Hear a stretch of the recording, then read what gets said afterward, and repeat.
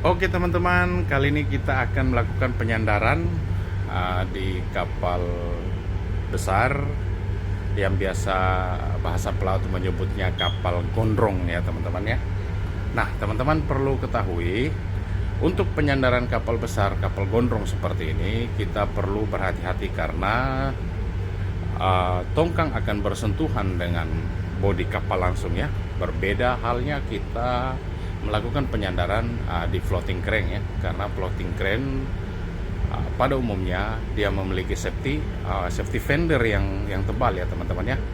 Jadi di kapal gondrong ini perlu memaksimalkan menggunakan speed, pembacaan arus, pembacaan angin ya, dan tentunya kalian perlu membaca olengan kapal gondrong ini ya. Jangan sampai salah membaca ya, karena ketentuannya kalau kapal gondrong ini bergerak, kita akan menemukan kesulitan untuk memposisikan tongkang kita ya. Oke teman-teman, saya akan membuat konten kali ini untuk penyandaran kapal gondrong, dan saya menggunakan speed atau lacak untuk merapat menggunakan 0.8 0.9. Setelah tongkang sejajar dengan buritan, baru saya akan akan mengatur lagi speednya menjadi 0.3, 0.4, bahkan 0.6 ya. Bervariasi tergantung dengan situasi dan kekuatan arus ya teman-teman ya. Oke, ikutin terus. Nah teman-teman, seperti ini teman-teman yang saya sebut tadi, bahwa olengan kapal besar, nah seperti ini, kapal besar kan menggeser ke sisi kiri. Nah ini cantik teman-teman, saya akan menerangkan buat teman-teman. Kalau kapal besar ini bergeser ke kiri, kita jangan gegabah ya, kita jangan sampai kita meluruskan dulu haluan kita ya. Kita kejar lambung tengahnya teman-teman ya.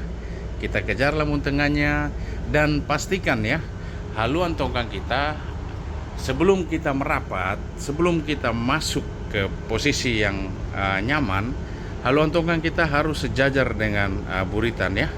Dan pastikan juga jangan sampai terlalu rapat masuknya ya, harus ada jarak ya. Jadi ketika kapal besar ini bergeser lagi ke kiri, kita masih ada jarak dan kita masih ada cara bermanuver untuk melindungi haluan kita jangan sampai masuk di buritan ya.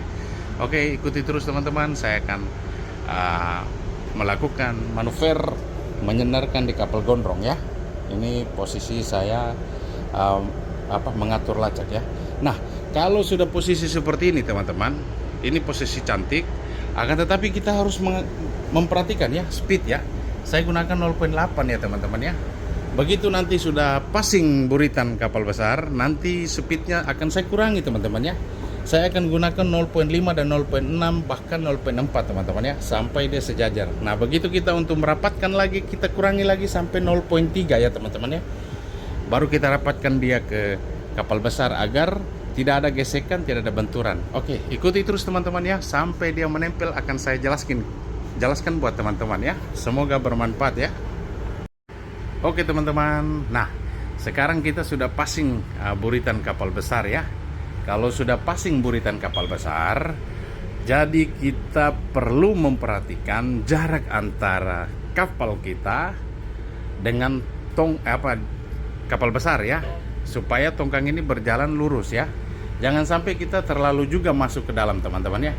Begitu dia sudah passing, kita arahkan tongkang ini jalan lurus dulu ya, jalan lurus. Jangan sampai langsung masukin haluan ya, jadi sudah cukup. Begitu dia sudah passing dengan buritan, kita arahkan tongkang ini terus jalan ya. Jangan kita memperlambat lagi dia, karena dia kalau dia melambat pasti dia akan cepat masuk ke dalam ya. Oke, ikuti terus ya, nanti saya mainkan lagi. Nah teman-teman, ini juga teman-teman ya, kalau dia sudah masuk di crane pertengahan, speed kita itu harus diturunkan ya menjadi 0.5 0.4 ya teman-teman ya. Nah seperti ini teman-teman ya.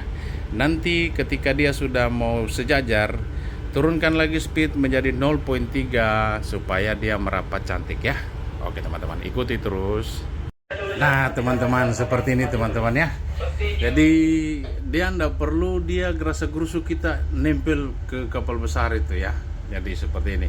Memang dari dulu saya kalau mau sandarkan tongkang di kapal gondrong begini, tidak pernah saya akan tempel langsung ya.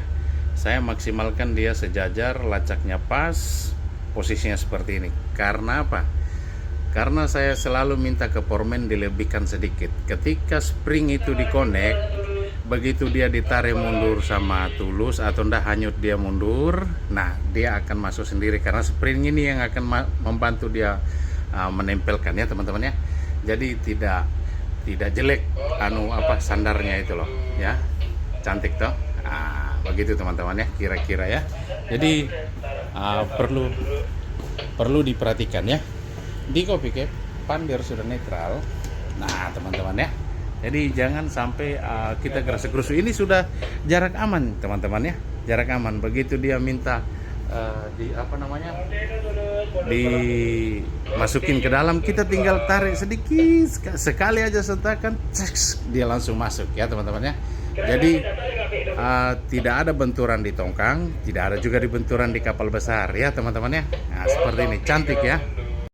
Nah teman-teman, kalau dia sudah menempel sudah seperti ini, cantik sudah ya.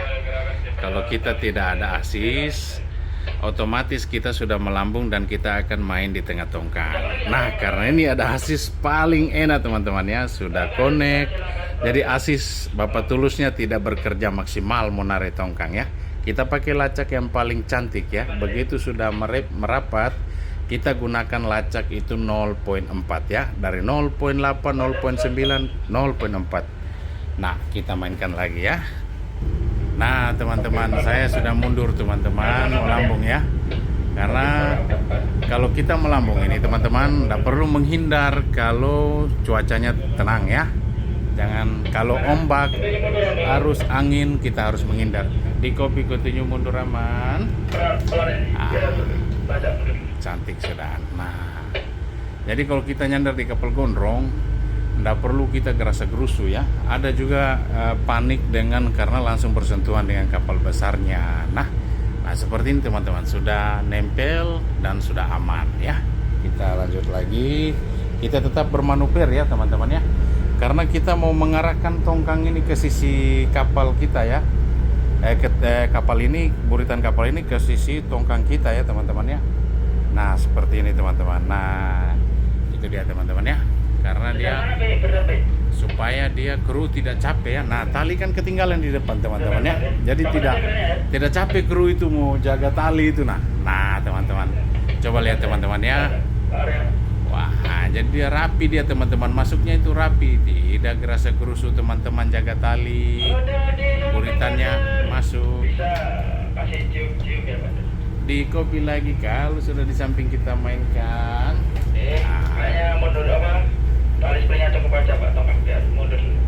Nah teman-teman ya, karena kapal besarnya ini bergeser dia ke kiri sana ya, jadi kita perlu lagi kita mainkan lagi dia dari samping ya.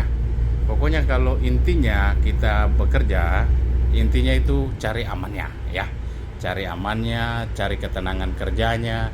Jangan sampai kita bekerja itu gerasa gerusu ya teman-teman ya. Nanti kalau gerasa gerusu, nah teman-teman, buritan tongkang merapat ke buritan kapal merapat ke tongkang. Nah kan, jadi tidak perlu gerasa gerusuk teman-teman, di bawah jaga tali. Melebus dulu nanti bantu rapat buritan itu. Nah teman-teman ya, sana sudah standby, disconnect tali ya. Peci style disconnect. Nah teman-teman, oke saya jeda dulu ya sambil saya terangkan ya. Nah teman-teman, kita sudah selesai disconnect. Sekarang kita nge-push dari tengah. Nah untuk mengunci, karena kapal besarnya ini muter dia teman-teman ya. Coba lihat itu. Nah, sudah tidak sejajar dia muter. Nah, kesulitan nyandar di kapal gondrong atau kapal besar yang tidak ada floating crane. Memang kesulitannya pada saat kapal ini berputar ya. Karena kita harus ngejar buritannya, entah dia berputar ke arah kita atau dia berputar ke arah sisi lain ya. Jadi perlu memang pengamatan yang pas dan piling yang memang betul-betul kamu harus dipilingkan ya. Tongkangmu olengan kapal besar. Nah, teman-teman ya. Jadi Semoga teman-teman dengan konten ini ada gambaran ya bagi teman-teman yang belum pernah menyandarkan di kapal-kapal gondrong seperti ini ya. Karena dulu saya tidak pernah pakai asis teman-teman ya, karena saya dulu biasanya sandar langsung sendiri ya. Begitu dia sejajar, saya melambung, saya mainkan dari sisi kanan tongkang atau sisi kiri ke tongkang, di mana tongkang itu bebas dari kapal besar ya. Ya seperti itu teman-teman ya. Jadi buat teman-teman pemula selalu bersabar karena semua butuh proses ya. Mantapkan feeling, mantapkan kamu punya mental. Karena di posisi kapal manapun kamu sandar atau kamu melakukan penyandaran, yang diperlukan itu mental ya, mental ya. Jangan sampai kamu down. Kalau kamu down, sudahlah. Apa yang kamu pikirkan sudah berubah nanti. Tadinya kamu mau kasih mundur, tiba-tiba jadi maju, atau kamu mau kasih rapat, tiba-tiba jadi melebar. Kan begitu teman-teman ya. Jadi VT saya ini khusus untuk pemula ya, teman-teman ya. Nah, ini sudah cantik teman-teman. Ini saya posisinya tinggal lagi ngunci ini. Jadi mereka proses ngikat ya tali ya. Nah, jadi sudah aman ini teman-teman. Sudah impos ini teman-teman ya.